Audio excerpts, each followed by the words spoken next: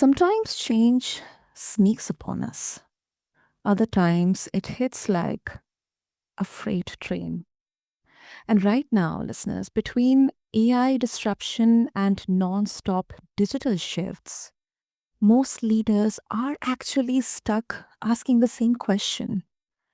How do I lead people through all this without losing their trust or their motivation?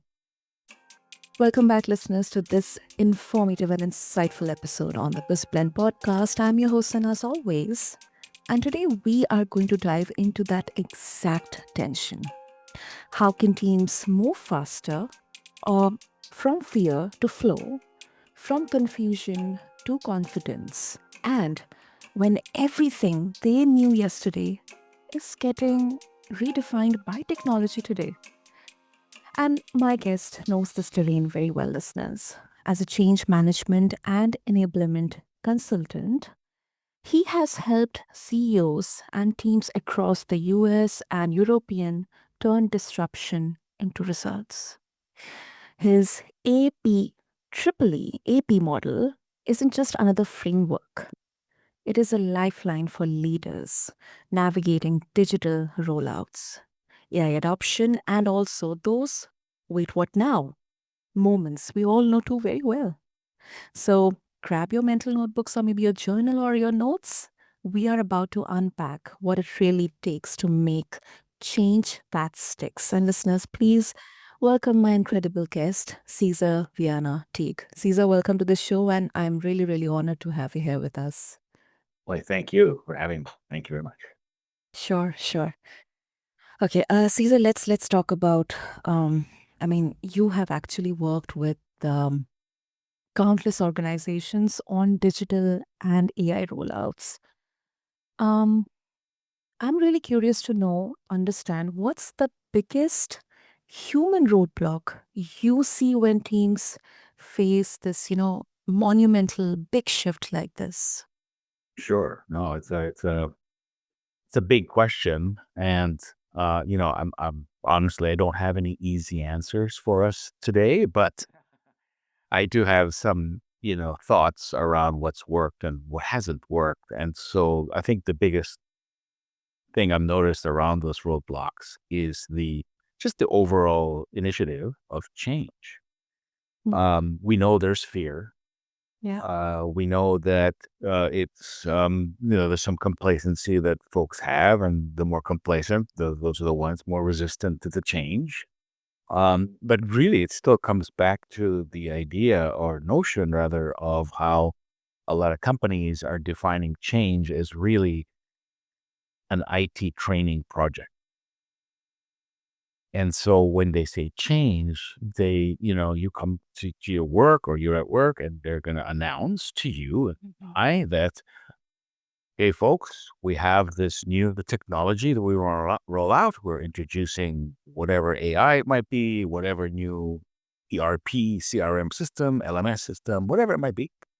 And so in order to enable you to do this, we're going to train you on the system, right, to learn how to apply it in your work. Now, all that sounds all very good and innocent and makes complete sense. Yeah. And of course, I'm not saying you should do that. You need to do that. That's very important to enable and support the teams to be able to use the tool. What I am saying is, if you understand the nuance here, is Mhm. that it's not about the training on the technology.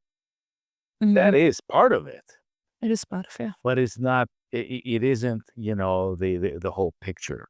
I think that what's creating the roadblock is the steps that's missing before the enablement of the training on the tool or on the system or what have you, right?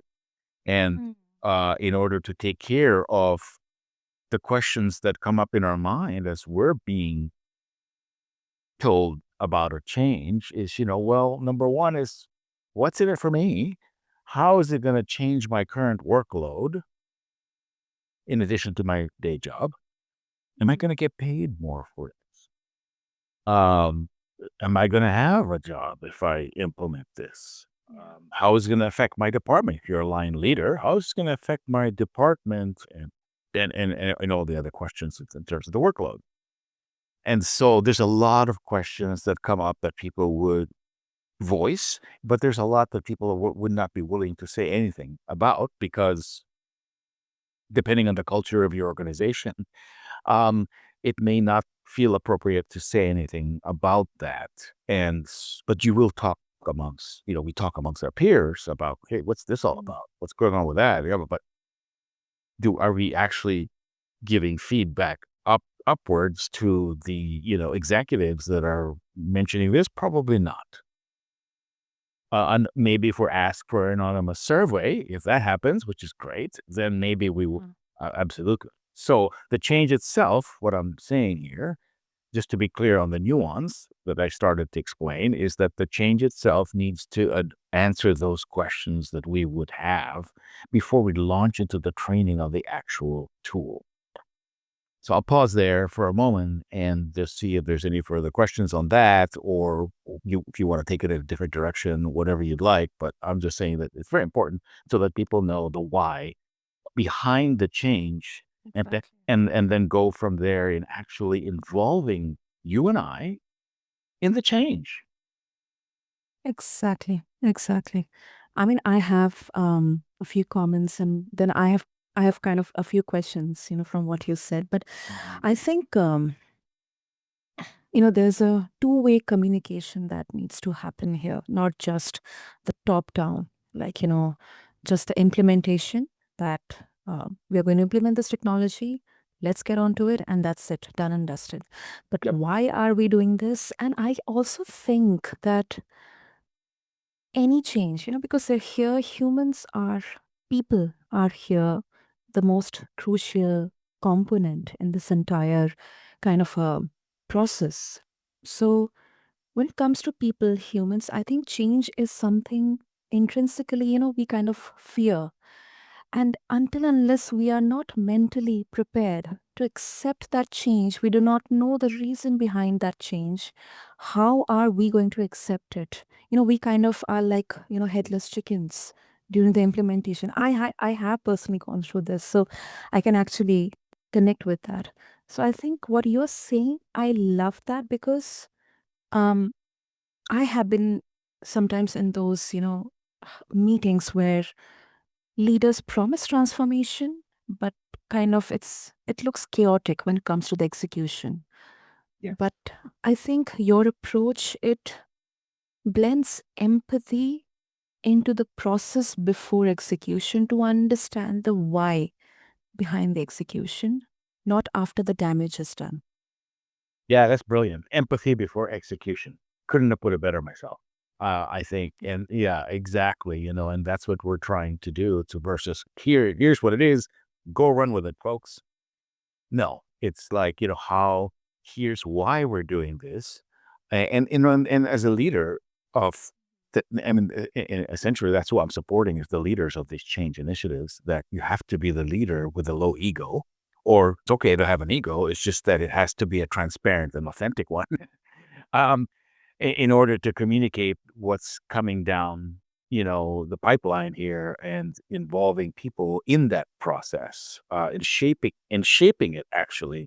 And so as a leader, I'm helping you is because it's really important, whether it's me or anybody else, it's like you have to have your vision and mission statements and clarity set to help answer the why question Mm. as to why are we doing this, in terms of here's why it's important for us as a company, here's why it's important for you as an individual, in your roles to support this, and here's why it's important for the community or the greater good. So you have to have, that's where the vision and mission statement comes into address, and clarify the why behind, why are we even engaging in this, and then from there, really involving people in my approach is really, co-designing. So co-designing the change program by involving, a lot of the, stakeholders, Totally. not just the execs, but Yeah. line leaders. The people who are actually executing the work in the field, very important to get their feedback. They work with, trust their line leaders who are really the ones driving that. And so if we can now imagine, get the feedback from those folks as to what's our strategy, that's why my model is the strategic planning for change management. It's not about just a change model like a ProSci ADKAR model or McKinsey 7S model or Cotter 8-step model. Those are good change models. I'm thinking Hmm. step back before that and say, okay, what's our plan here? What's our strategic plan here to go about this? How are we involving other people? Yes, we're taking a look at the change readiness. Yes, we're doing stakeholders assessments to determine, who should all be involved and what's the priorities around this. But we're also co-designing this change with some of the key folks so that everybody's voice is heard and at least shared.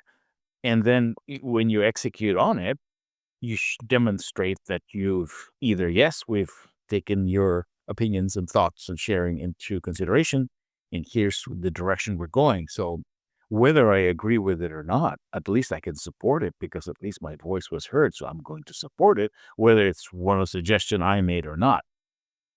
And it's of course this is all very easier said than done, but that's kind of like the approach. But it starts comes back to the leadership and really demonstrating that process and doing that strategic planning and engagement before we launch the change. Understood. That's. I think that's quite clear in there. And let's talk about your 90-day plan reality check here. Now, your 90-day adoption plan, it sounds like refreshingly practical. Like I find it very kind of fascinating. And I think, but when we consider the context of real world business, leaders are under pressure to deliver show results very fast, especially now with AI. I think, today everybody's trying to jump on that AI bandwagon, whether it's startups or major corporations. How do you balance structure with speed? Because it kind of looks like a double-edged sword. So what? Yeah. Yeah. Yes, it can be. And certainly it depend, you know what, honestly, it depends on the complexity of the change. Okay. If you are talking about an ERP implementation, that's arguably one of the most complex types of changes because there are Right. just so many departments, it Exactly. take years. If you're just talking about one particular tool, whether it's an AI they're implementing with the customer service team, typically they tend to start with customer-facing sales and marketing teams and customer service. Mhm. That's usually where they've been applying AI. We've been used with the chatbots. They just took it a step further. So yeah, I mean, I have this model, like I mentioned, right? That's that A.P.E.E.E model. And so the whole point of that is to make it practical, like you said, and then it can be accelerated or depending on how quickly you go through it. But you can't Yeah. rush through it, certainly, but you do have to go through the steps. And I'll just mention the steps very briefly here, but people can Uh-huh. check out the website if they want later on to go into deeper. But the A.P.E.E.E model is really to analyze and assess, plan, execute, evaluate, and then exit or evolve. So each of those phases are important. So the analyze and assess piece is super important where you're determining what I mentioned earlier, the change readiness, your stakeholder assessments, even your internal SWOTs to see, Yeah. okay, what is it working? What isn't working here? What's our culture? Are we ready for this? Again, it depends on the complexity of the change. You don't need to spend a whole week on that, uh, pontificating and all those things. And you can do that in a day or two. But we still need to assess what are our priorities given what we found out during our analysis. So you're Yeah. analyzing, here's what I analyze, here's the information we've gathered, and then you're assessing, okay, which of these makes sense? What are we going to do next? What's the priority? What's our time frame? And, you know, um, and then going from there to planning, because that will now inform your plan. And when I say a plan, I talk about objectives, strategies, and tactics. That's a plan. Um, it's a practical plan. So, the planning is the objective is key. You have certain things you want to reach, um, numbers, etc. Your strategies, 4 or 5 strategies you want to implement that, and then the Mhm. tactics day to day, week to week, in order to execute on that. So that's the planning piece, right? And then after you've done that, then you evaluate monthly, quarterly, even certainly week to week. You could even do that to evaluate what's working. Are we getting some feedback? What does our Mhm. communication cadence look like? It's a lot of change management is about communication. It's about being transparent, and how do we communicate that via the different channels that Mhm. are germane to our organization. Email. Okay, great. You got Slack. All right. You have town halls. You have all hands meetings. You have workshops, offsites, whatever it might be, different Mhm. ways, depending on the size of the organization. Kind of tough to do that with 30,000 people, but there are certain things you can do. And then do your pilot projects in terms of the execution piece versus one big bang, as they call it, the big Yeah. of a rollout. You're doing the pilot projects. So getting some small wins, building some confidence, and then learning Mhm. that, and then rolling it out. And then after you've evaluated what you need to adjust along the way, when you're ready to exit and evolve from that, then you're obviously taking a look at your exit surveys and other feedback to see, okay, what did we learn from this? What went well? What didn't go so great? What can we do differently? And then, it's a learning piece as far as that exit and evolve phase. So that's the A.P.E.E.E model. And yeah, that can be applied, and certainly within 90 days, it could be. But again, it depends on the complexity of the change that we're asking people to do, just to be practical, right? And so I'll pause there and see if you had any thoughts on that. No, I really find this very, very, very interesting, and it looks like there's a very um there's a flow here. One question that comes to my mind, especially as you mentioned about the evaluate and the execute part of AP model, um, we can do some kind of you know, a pilot or like a beta version of, how it will look like with a very small team. I've actually seen that getting done. Mm. Um, so do you think that the entire model can be first done as a pilot and then can be executed at a bigger level? And this is specifically, for enterprise or the larger corporations. Yeah, it's a good question. I actually haven't done it that way as an approach, because usually what you determine for the pilot is essentially the same plan. Yeah. Yeah. You've done your analysis and assessment. You've garnered or the necessary data and information that's going to inform your plan. And part of your plan is to do a pilot. And then you're Mhm. executing on that pilot. And given the success of that and the iterations of that, what you've learned from it, what you need to do differently, now you can apply it to the next phase, whatever the phase may be that you want to go to next. So I would say you're using that model for the overarching plan, and then rolling it out piece by piece and seeing. So, for example, you're Mhm. doing a CRM system, and which is a little bit less complex than an ERP, or much less complex than an ERP, but it still touches a lot of folks. And so, Yeah. you're typically working with the IT department, and usually sales, right? Sales, Finance fields. Yeah. the first one, and then customer service, Yeah. marketing. These are the folks that need to know about the customers, because that's what the CRM is all about. And so, Right. and then you're going from there to, help other people to learn about it, because you really need the whole purpose of that is to keep track of information. Should somebody leave or what have you, then you're at least you're able to stay up to date on what's going on with the client, and then certainly do the reporting on it appropriately as required by the company, whatever they require in terms of reporting cadence. Um, So the communications along that way are super important, and the messaging that's being delivered from the stakeholders and from the sponsors, especially sponsor meaning the typically the higher level executive, C level or VP. Usually it's a VP to C level or senior VP, C level, who are the sponsors of that people want to be hearing from them as to, well, what are we doing? How are we doing? And why, I know we talked about the why, but after the why is we want to maintain that communication of, how's it going? What have we achieved? What's changed along the way, what's working, what isn't working. And some leaders may not be comfortable sharing all this. Maybe they only communicate what's working. They don't communicate what's not working. Well, Not working. if you do that, the risk behind that is you will produce skepticism. Because if you just keep talking about how great things are and you know full well, wait a minute, this isn't working in my department. So then you will not view that message as authentic. And so as a leader, you really need to see you gotta do the good, the bad, and the ugly.